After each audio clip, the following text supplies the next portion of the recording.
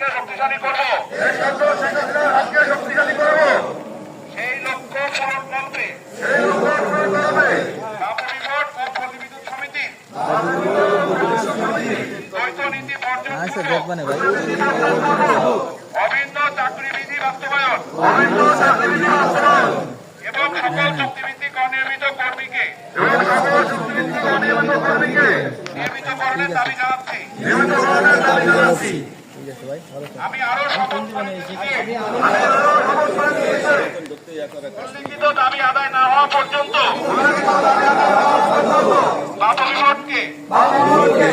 সকল তথ্য প্রদান তথা সকল ধরনের যোগাযোগ থেকে বিরত থাকবো